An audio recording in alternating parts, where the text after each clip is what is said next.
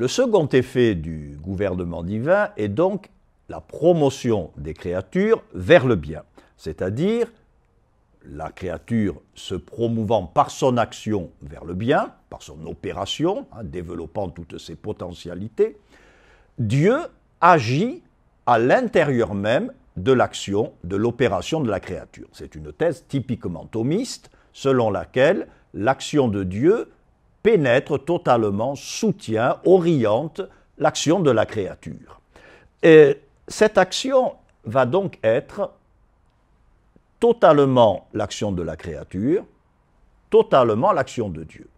C'est un axiome fameux que l'on trouve dans la Somme contre les gentils, où saint Thomas déclare que l'effet est totus ab utroque, c'est-à-dire totalement de l'un et de l'autre, totalement de Dieu, totalement de la créature.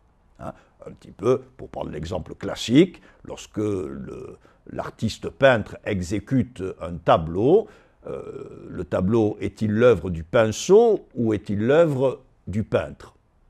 Le pinceau a tout fait, le peintre a tout fait, mais chacun à son niveau respectif. Donc Dieu agit comme cause première, non pas au niveau des causes secondes. Dieu n'est pas une cause parmi d'autres causes, il est la cause première, celle qui soutient toute l'action de la causalité seconde. Donc Dieu agit dans l'action de la créature, il ne faut donc pas concevoir le rapport entre Dieu et la créature sur le modèle des vases communicants, où tout ce qui est donné à Dieu devrait être enlevé à la créature, ou tout ce qui est donné à la créature devrait être enlevé à Dieu. Non, l'effet est totalement de l'un et de l'autre sur deux niveaux différents. Il s'agit là d'une vérité tout à fait fondamentale qui permet d'aborder paisiblement beaucoup de problèmes concernant les relations entre science et foi, etc. Donc, si on veut rentrer dans plus de détails, on dira à la suite de saint Thomas que Dieu conserve la puissance d'action de la créature, l'actualise, la promeut, l'oriente, etc.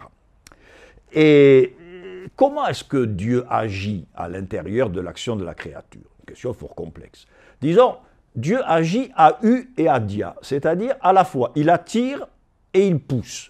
Si on veut résumer de manière un peu simpliste un thème assez complexe. Qu'est-ce que ça veut dire que Dieu attire? Attire, ce qui attire, c'est le bien. Donc Dieu agit dans l'action de la créature en la sollicitant par l'attrait du bien.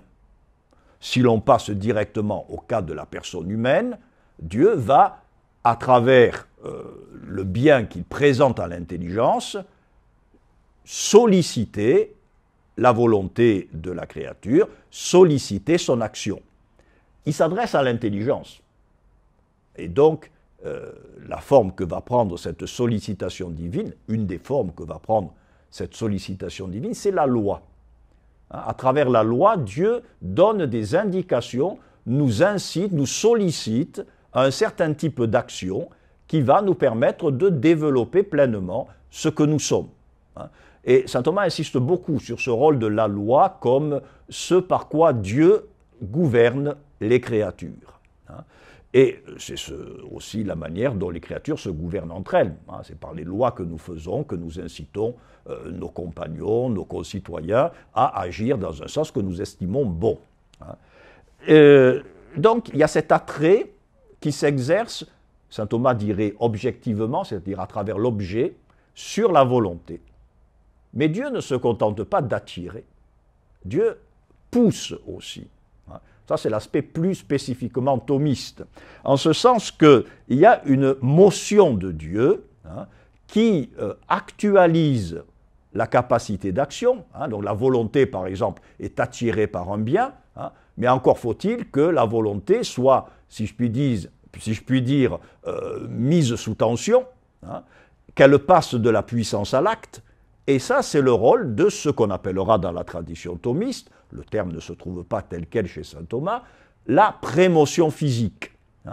Le terme physique signifiant qu'il s'agit d'une action au plan ontologique et non pas seulement d'un attrait. qui se présenterait à l'intelligence ou à la volonté. Il s'agit d'une action de Dieu qui actualise la volonté et lui permet de se déterminer, de choisir tel ou tel bien. Et on parle de prémotion au sens où cette motion, évidemment, cette causalité de Dieu précède l'acte qu'elle permet de poser.